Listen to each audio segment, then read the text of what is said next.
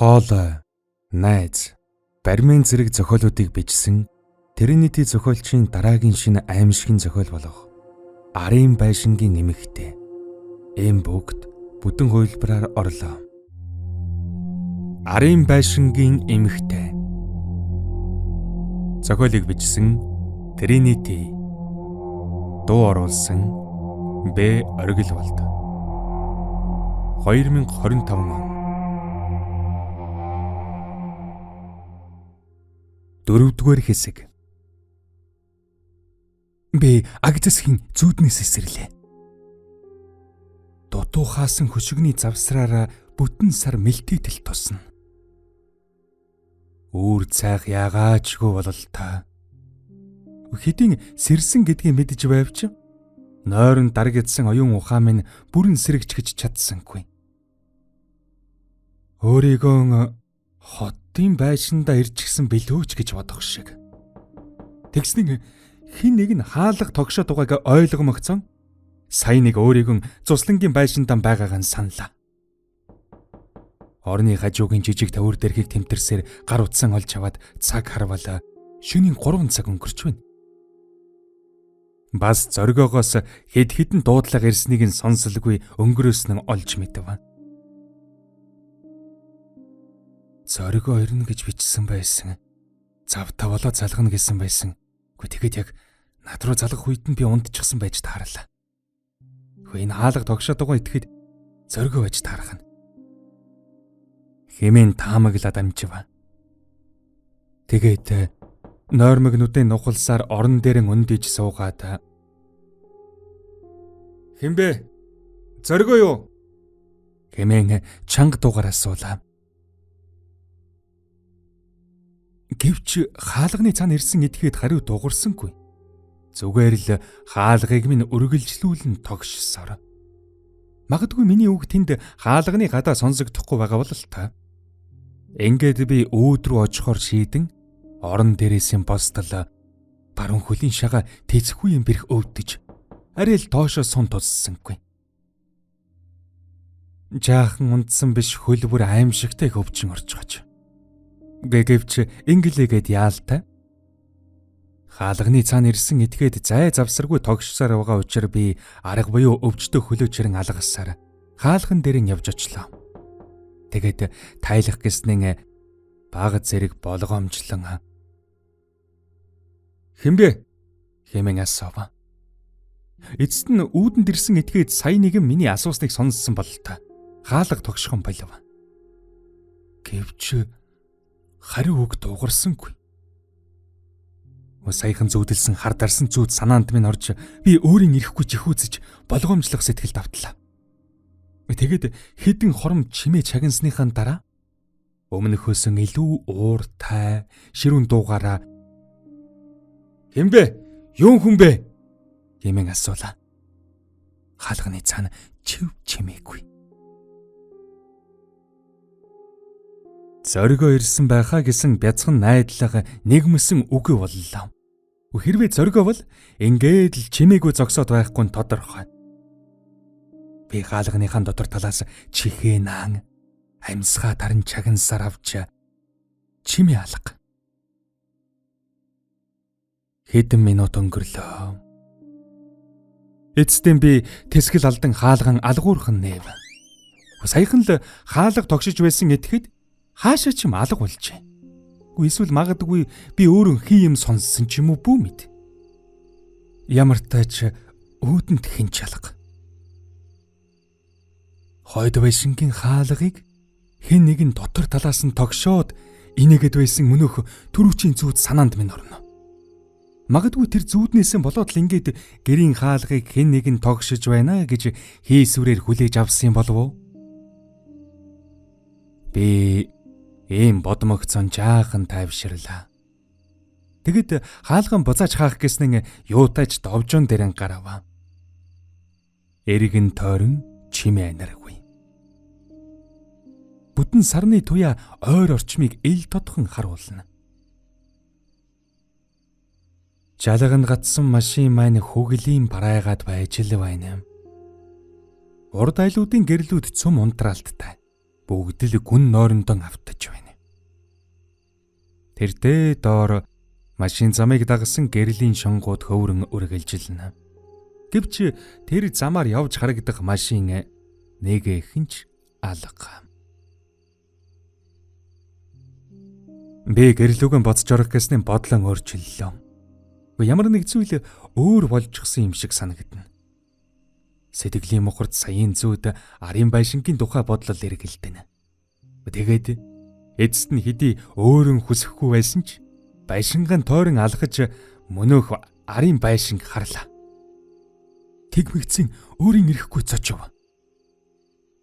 10 жилийн турш эзэнгүй байсан арын байшингийн 2 давхрын цонхны цаана бүдэгхэн гэрэл асчгаж. Тэрхүү цонхны цаана нэгэн цээж нүцгэн эмэгтэй буруу хараад суучихсан урт хар үсээ самнан байхын тэр. Би энэ дүр зургийг олж хараад наашаачгүй цаашаачгүй таг гацж орхилоо. Арын байшингийн 2 давхрын цонхны цаана буй тэр бүсгүйгээс харцсан салгаж чадсангүй. Тэгтэл үсээн самнан байсан мөнөх бүсгүй над руу эргэн харав. Тэгснэн гараараа даллан дуудахт нь би өөрийн ирэхгүй харц буруулж байшин руугаа гүйхэн холгүй явж орлоо. Ямар ч тач хаалган дотроос нь түгжиж аваад хідэн хором суулаа. Ийм нүх шиг харанхуй шөнөр ямар гээчин ёрын зүйл олоод харчих нь вэ гэсэн бодол эргэлдэж шалуу хүн шиг эндээс холдмоор санагдсан ч хараахан хөдөлж төвдсөнгүй. Нэгдүгээрт одоо шүн дунд болж байна. Хоёрдугаард хөл гавдчихсан бүүн хүн төр. Машина жалганд гацаачихсан болохоор хазгансан хөлтөө хол явж чадахгүй. 3-дугаарт арын байшингийн цонхон дээр байсан тэр эмэгтэйтэй дахин харц тулнаа гэхээс өөрийн ирэхгүй чи ирэх гэж байна. Тийм ээ. Яаж ч утсан хүсэх юм биш. Тэгэхээр ядаж гэгээ орохыг хүлээх хэрэгтэй. Би ийм бодсоор өөртөө бүлээн ус аягалж аваад түүнээс нь хэд балгав. Тэр маань ч үр дүнгийн өгчөж аахан тайвшраад ирлээ. Тэгээд бодоод үзтэл ингэтлэн айж твдэд байх зүйл болоогүй юм шиг. Зүгээр л арын байшингийн эзэн эцэст нь гэртийн ирсэн биш үү гэсэн үгс аманд минь эвлэж би өөрөө ч энэ бодолдон идэхийг хүслээ.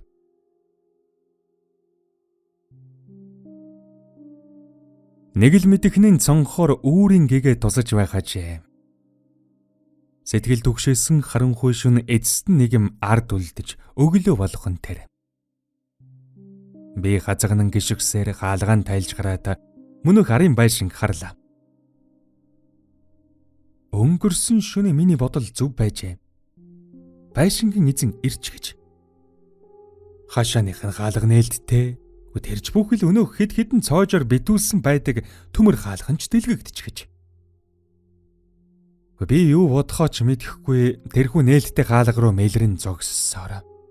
Яг л нэг байгалийн гоц үзэгдэл байж боломгүй зүйл олж харсан аятай харцаан салгаж чадахгүй ширдсээр л. Энэ газар Зуслангийн байшин барайд 10 жил өнгөрсний эцэст одоо л нэг арын байшингийн эзнийг олж харах нь гэсэн бодол төрнө. Энэ бүх хугацаанд энэ байшингийн хаалгыг дандаа л хаалттай төгжээтэй байж байх ёстой юм шиг л сандаг байд шүү дээ. Гэтэл эцэст нь ингээд нэгдчихсэн байгаа нь нэг л итгэж ядам. Би дэлгээтэй хаалга руу ширтсээр байснаа хажууд минь хэн нэгэн ирчихсэн байгааг гинтхэн анзарч огл хинцочлоо. Нэмгэн цайвар даашинцтай, намирсан урд харуулстай, хөлнөцгөн залуухан бүсгүй намайг сонирхсан байртай ажиглан үл мэдэг инэв хилэн зогсон. Уучлаарай. Таныг зочоочихгүй да. Би бүсгүн ээлдэг зөөлөн дуу хоолойг сонсоод эхлээд юу гэж хариулахаа мэдсэнгүй. Өнгөрсөн шин цонхны цаана үсээ самнаж суусан бүсгүй байх нь гэсэн бодол эргэлдэнэ. Би чаахан хүүхэд шиг л сандарч орхихон тэр. Гэвч эцэст нь ямар тач сэхэрч чадаад зүгээр хөрөгч нарын анзаарлаггүй эйгүү байдалд оруулчих шиг боллоо. Уучлаарай. Сайн байна уу та? Хэмээн хэлж дөнгөв. Та боломжтой бол надад нэг тос үргэж. За тэгэлгүй яах вэ? Юу юм бол? Дээрээс юм болох гээд ганцаараа чаддгүй. Яалтчгүй эр хүний тусламж хэрэг болоод байх юм. Хамаг юм замбраагүй байна. За тэгээ. Би ийн хэлчихэд бүсгүн араас даган хазган алгалаа. Намирсан уртхар үлсэн цайвар өнгийн даашинзан дээр нь сул азгарсан нь хачин сайхан зогцөлгөлтэй. Нимгийн даашинзныхын цаана байх гойлог сайхан бие галбир нь хараа булаам юм. Энэ гоо сайхан зогцлыг хичнээн л бол хичнээн удаан хараад л баймаар. Би ийн ширтэн алхаж байсан бүсгүй нуруунд хид хідэн хөндлөн сорив байгааг анзаарав. Цагаан дайшинцныхын цаана нуугдсан эдгээр сорвинууд нарны туяанд нэвтхар гэдэг хажээ. Гэхдээ миний хувьд эдгээр сорв нь бүсгүйг огтхон ч муухай харагдуулахгүй байна. Энэ зэргийн зүйл бол бүсгүйн гоо сайхны хажууд ёстой юу ч биш. Ханаас нь ч харсан үнэхээр л сайхан эмэгтэй юм. Би бүсгүйн араас ийхүү ширтэн явснаа гинтгэн сэгэ авах шиг болж өөрийг нь хүчлэн өөр зүгт анхаарал хандуулахыг хичээв. Тэгээд нэг удаа хоолойгоо засаж аваад намайг төрөө гэдэг. Таныг хэн гэдэг вэ? Танах хизээ хүрээд ирэв. Олон жил эзэнгүй байх шиг байсан. Хэмээн яриа өдлөө. Урд яваа бүсгүй минь над руу хальт эргэн харж инээв хийсэн чи зогссонгүй. Бас юу ч хэлсэнгүй. Би түүнээс дахин өөр юм асуусангүй. Ердөөл яасан гоё инээдэг бүсгүй вэ хэмээн бодол додрон өөрөн өртөгөн яриад өнгөрөв. Би хазагнан алгасаар ямар тач бүсгүйг даган арын байшинд явж орлоо. Дотор ормогцсон бүсгүй яг төрөвчин шиг над руу эргэн харж нэг удаа инээмсэглжгээд шатаар төрүүлээд өгсчихв.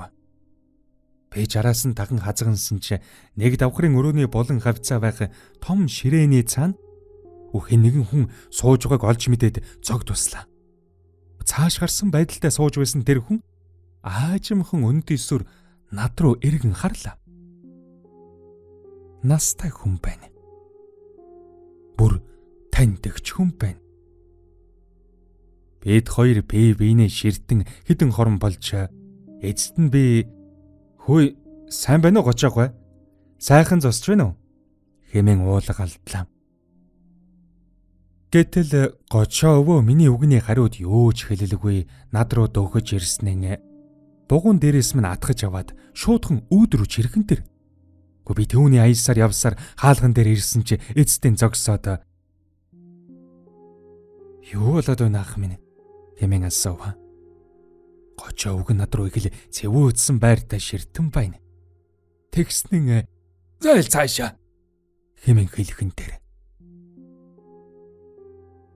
Тэгэд намайг хариу үг дуугарч амжаагүй байтал байшингаас түлхэхэд гаргачих.